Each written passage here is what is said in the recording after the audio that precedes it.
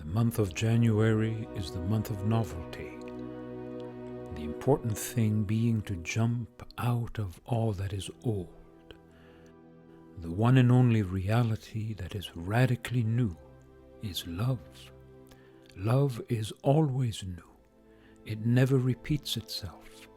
Loving is always for the first time. What more could we wish for if not to love more every day and to make this love the axis of our lives? In the Far East, no one is a spiritual master without being enlightened. In Christianity, enlightenment is of interest only if it is the expression of love. Many Christian saints and masters have never been enlightened, but all have been literally consumed by love as by fire. Apart from that, nothing can fill them, because love contains everything. It is the depth of the human being. It is God Himself. My deepest reality is love, and the deeper I sink into love, the more I am. The foundation of my being is love. There I am enlightened right now, and prayer is not a path of conquest, but of openness to love, which is in the depths of myself.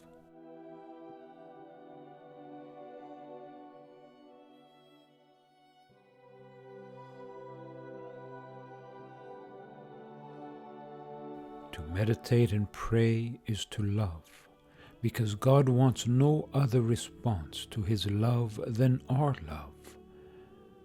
The reciprocal indwelling of consciences, the transparency of the divine conscience to the human conscience and vice versa, an infinite interpenetration of God and the human being.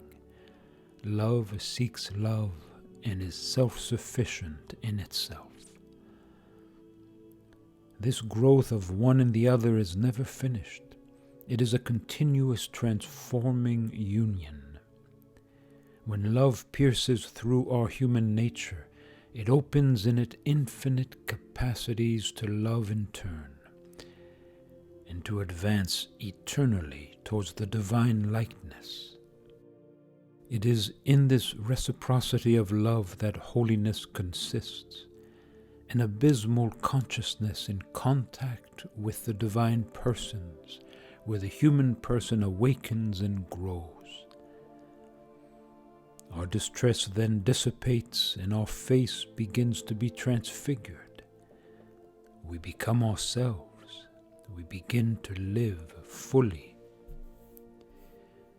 But before enlightenment, love is purification. To God, who never ceases to seek human beings and to descend into the most ecstatic stripping to the point of adopting a body to be His equal, to live through the torments of the cross and hell, to be able to say an unconditional, I love you, you are everything for me. I can only give unconditional agreement or refuse, because each one has the right also to choose mortality, as long as he does it consciously. But he who says yes enters into a movement of acceptance of everything, unconditional and anticipated, including humiliation, rejection, or insignificance, death on his own cross. For one must die to dependence on oneself in order to depend on the other. Outside of you, I accept to be nothing. I want to be from you and for you. Total poverty.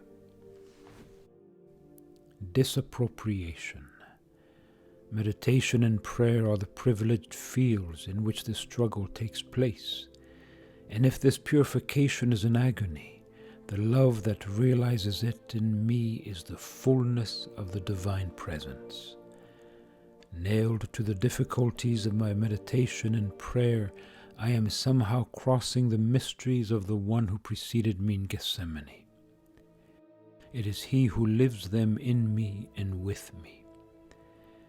What happens then is very important, even if sometimes despair frightens me because I have meditated badly or prayed badly, and in my eyes I come to nothing. This flavor, when we taste it and live it intensely in love, reveals to us the depth of God as much as joy or enlightenment. And soon the two will become one.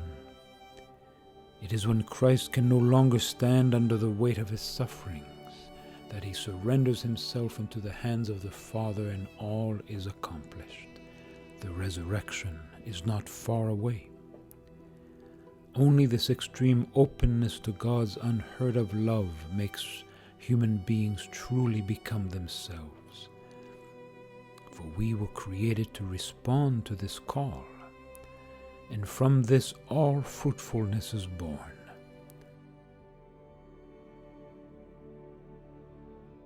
Transparent to God, we recognize him everywhere and in everything. It is only now that we become truly sensitive to the other in their ultimate reality, capable of communicating beyond impersonal appearances. Mystics have always known what extraordinary energy is released by love. Today, some scholars are beginning to corroborate it. The vital energy contained in love surpasses all others and does not fall under the influence of measuring instruments. The measure of love, says Saint Bernard, is to be without measure. This is the energy that sustains humanity and the entire universe. That is why a single act of love achieves more than all the external works together in the world. In saying this, the great mystic that was St. John of the Cross sums up the most intimate conviction of the spiritual tradition. This prodigious force acts in a mysterious way, most of the time invisibly, and makes the heart of man a radiant focus of the highest activity, elevating humanity and transforming the world, including the cosmos. The hardest fiber, Gandhi said, is bound to dissolve in the fire of love.